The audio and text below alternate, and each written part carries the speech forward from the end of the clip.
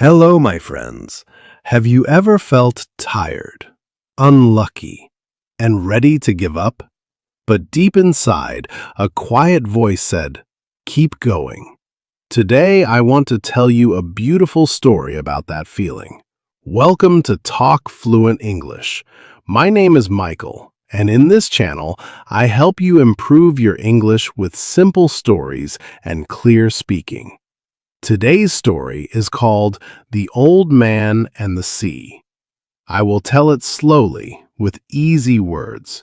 Just relax, listen, and let the story take you. Once there was an old fisherman named Santiago. He lived in a small village by the sea. He was poor. His house was very simple. But every morning, before the sun came up, he went out to the ocean, because fishing was his life. Santiago was old. His face was full of deep lines. His hands were hard and marked from years of holding fishing lines. His body was thin and tired, but his eyes were still bright and full of life. For 84 days, Santiago caught nothing. Every day he went out. Every evening he came home with an empty boat. People in the village began to laugh.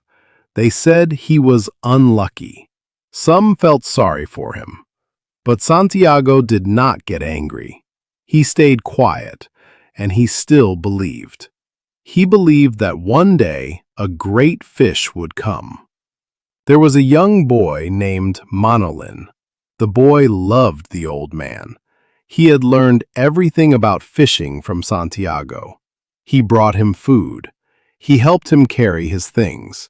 He sat and listened to the old man's stories. But the boy's parents said, "No more.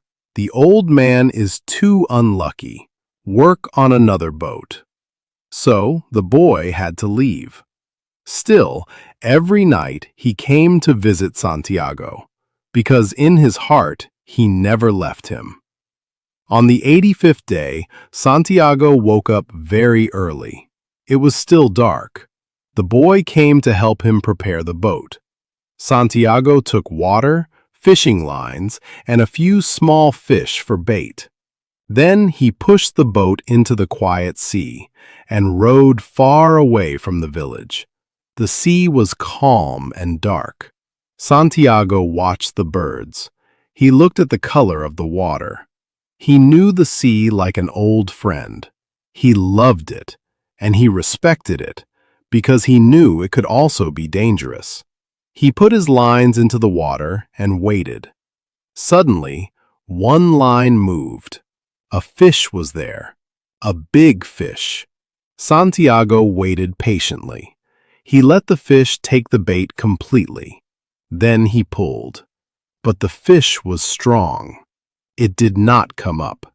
Instead, it began to swim, pulling the small boat deeper and deeper into the open sea. Hours passed. The village disappeared. Santiago held the line with both hands. The line cut into his skin. His back hurt. His arms became heavy, but he did not let go. Night came. Stars filled the sky. Santiago was alone. He thought about the boy. "I wish you were here," he whispered. "You could help me. You could talk to me." He spoke to himself under the stars.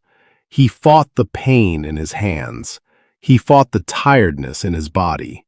And still, the great fish pulled. The next day, Santiago finally saw it. It was a huge marlin, longer than the boat, beautiful, strong, silver and blue. Santiago looked at the fish and felt respect. "You are my brother," he said quietly. "You are strong and brave, just like me." But he was a fisherman, and a fisherman must catch his fish. For another long day and night, the fight continued. Santiago became weaker. His hands bled. His body shook.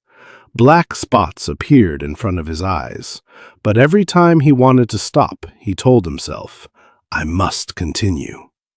Finally, the marlin came close to the boat. With the last of his strength, Santiago killed the great fish. He had won. He tied the marlin to the side of the boat and turned toward home. He was proud, tired, and a little sad, because the fish had fought so bravely. But the ocean was not finished with him. Blood from the marlin spread in the water. Sharks came. One by one, they attacked. Santiago fought them with everything he had. When one weapon broke, he made another. When the knife broke, he used a piece of wood. He fought like a lion. But there were too many sharks. By the time the old man reached the village late at night, almost nothing was left of the great marlin. Only the head, the tail, and the long white skeleton. No one saw him return. He pulled his boat to the shore. He carried the heavy mast on his shoulders. He fell several times on the way home. Each time, he stood up again and kept walking. At last, he reached his small house. He lay down on his bed and fell into a deep sleep. The next morning, the fishermen saw the huge skeleton beside the boat. They measured it. They were amazed. They finally understood what the old man had done. Manolin came running.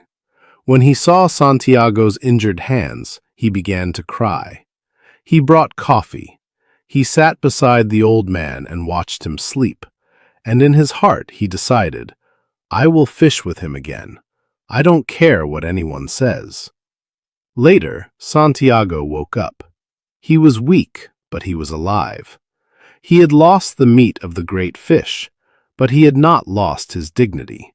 He had not lost his courage, and he had not lost the respect of the boy who loved him. That night, as he slept again, Santiago dreamed of lions. Strong, free lions walking on a beach. The same lions he had seen when he was young. Even after all the pain, all the loss, all the lonely days, a part of him was still young, still hopeful, still alive. And that is the story of the old man and the sea. It teaches us something important. Sometimes we fight with all our strength and still lose what we wanted. But real strength is not only about winning. Real strength is about continuing, even when everything hurts, even when you are alone, even when the world laughs at you. Thank you for listening to this story with me today. If you enjoyed it, please give this video a like, subscribe to Talk Fluent English, and turn on the notification bell. My name is Michael. Keep practicing. Keep believing in yourself. I will see you in the next story. Bye for now.